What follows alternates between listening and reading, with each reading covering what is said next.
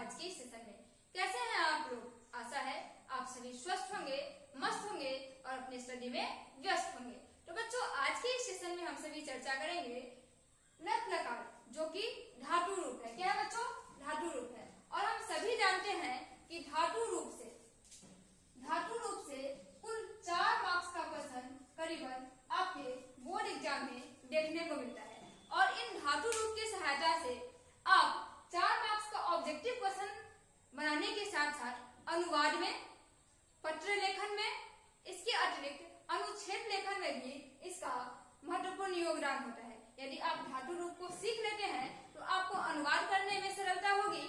जैसे कि आज हम पढ़ेंगे वर्तमान काल के बारे में, कि संस्कृत में यदि कोई वर्तमान काल में यदि कोई लाइन रहेगा तो हम उसको किस तरीके से अनुवाद करेंगे। मान लीजिए कि हमारे पास एक लाइन है, मैं खेलता हूँ या फिर मैं खेलती हूँ। मैं का क्या होता है बच्चों? अहम, और खेलना का क्रीड। अब हम जानते हैं कि मैं खेलता हूँ, मैं खेलती हूँ, इसके लिए अहम क्रीडति यूज होता है। लेकिन यह टी शब्द आया कहां से, आज हम यह जानेंगे। ओके, तो चलिए देखते हैं। एक वचन टी, टह, अंति, शी, ठह, ठ, आमी, आव और आम। इस तरीके से हम क्या है, यह हमारा फॉर्मूला है। और केवल हम इसको याद कर लेते हैं बच्चों तो हमारा काम क्या हो जाता है? आसान हो जाता है। चलिए देखते हैं कि किस तरीके से इससे रिलेटेड सवाल बनेंगे। यदि हमें एग्जाम में क्वेश्चन में पूछे कि कृत धातु का, किस धातु का या फिर पट धातु का, चलिए पट धातु लेते हैं। हमारे पास एक धातु है जो है पट। इसका मतलब होता है पढ़ना। क्या होता है? पढ़ना। और यह हमारा धातु रूप है। ओके, यह भी लिख लेते हैं। पट धातु पढ़ना है और इसको हमको लट लकार में बनाना है। तो हम सब जगह लिखेंगे पहले क्या? पट। क्या लिखेंगे बच्चों? सभी जगह लिख देंगे पट। और इतना लिखने के बाद हम क्या करेंगे कि जो हमारे पास पहले से है, इसके लिए जो फॉर्मूला हम याद किए हैं, टी, टह, अंति, सी, ठ, आमी, आव, आम, इसको हम इसमें क्या करेंगे? ऐड कर देंगे। पट, यहाँ टी है, टी, टह, अंति, सी, ठ,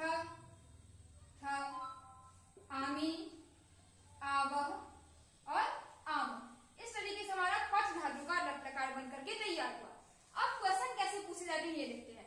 क्वेश्चन पूछा जाता है कि पट धातु का मध्यम पुरुष द्विवचन क्या होगा? मध्यम पुरुष द्विवचन क्या होगा? हम यहाँ देखिए, मध्यम पुरुष बीच में है, द्विवचन बीच में है, तो इसका क्या हो जाएगा? पट। ओके, इस तरीके से क्वेश्चन मान लीजिए पूछेगा कि कृत धातु का, किस धातु का? कृत का मतलब होता है खेलना। क्या होता है? खेलना।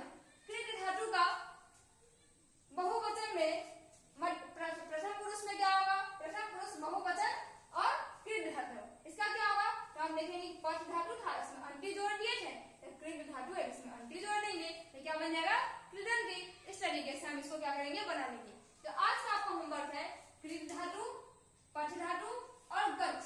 इसका मतलब होता है जाना। क्या होता है बच्चों? जाना। आप इन तीनों धातु पर जो हमारा मूल शब्द है, इसका कृत, गच्छ और पट, इन तीनों पर आप क्या करेंगे कि लट लकार में इस फॉर्मूला को अप्लाई करेंगे। और अब थोड़ा सा हम देखते हैं कि किस तरीके से हम इससे अनुवाद बना सकते हैं। मान लीजिए हमारे पास है कोई शब्द, जैसे कि मेरा नाम है पल्लवी। पल्लवी आम खाती है, तो अपना नाम लिखेंगे पल्लवी। आम को हम जानते हैं संस्कृत में बोलते हैं आम्रम। ओके, अब है खाना। खाने के लिए यूज होता है खाद। क्या होता है? खाद। अब हम देखेंगे यहाँ पल्लवी है और यहाँ हमको जोड़ना क्या है, तो क्या टी, टह, अंति, सी, ठ, आमी, आवा, आम, इसमें से हम क्या जोड़ेंगे बच्चों? तो हम जानते हैं कि यदि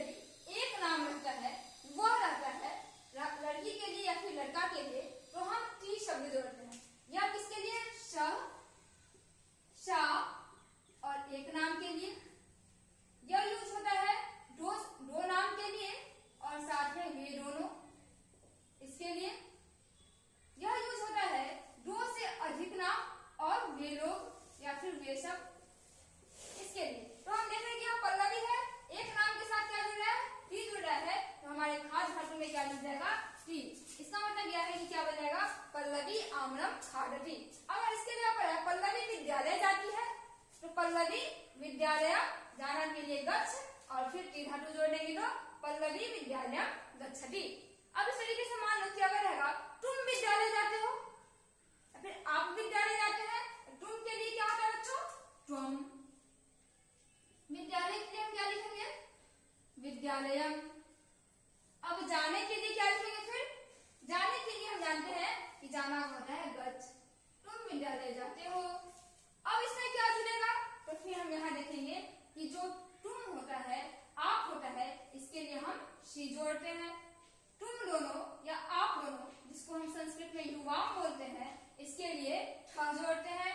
और तुम लोग, जिसको युजम बोलते हैं, इसके लिए हम तुम लोग, आप लोग, तुम सब, आप सब, इसके लिए हम सीधे ठ जोड़ते हैं। इसमें कोई विसर्ग यूज नहीं होता है। तो त्वम विद्यालयम, त्वम के साथ लगा सी, तो त्वम विद्यालयम गच्छसि। आई होप आपको समझ में आ रहा होगा। तो इसी तरीके के मजेदार ट्रिक्स के साथ इसी तरीके से हम लोग आगे भी अपने सेशन को कंटिन्यू रखेंगे। मुझे आशा है कि आपको ये जरूर पसंद आया होगा। और आज आपका होमवर्क है कि कृत धातु और गच्छ धातु पर आज अवश्य गत प्रकार में इस पूरे फॉर्मेट को बना लेंगे, ताकि आपको समझने में आने वाले सेशन में जो भी हम समझाएंगे आपको अच्छे से समझ में आएगा। तो बच्चों, आप इसको याद करना बिल्कुल ना भूलें, क्योंकि केवल यह 4 मार्क्स के ऑब्जेक्टिव क्वेश्चंस में ही नहीं, बल्कि अनुवाद, अनुच्छेद लेखन और पत्र लेखन में भी काफी हेल्पफुल होने वाले हैं। सो आज के सेशन में हमारे साथ अंत तक बने रहने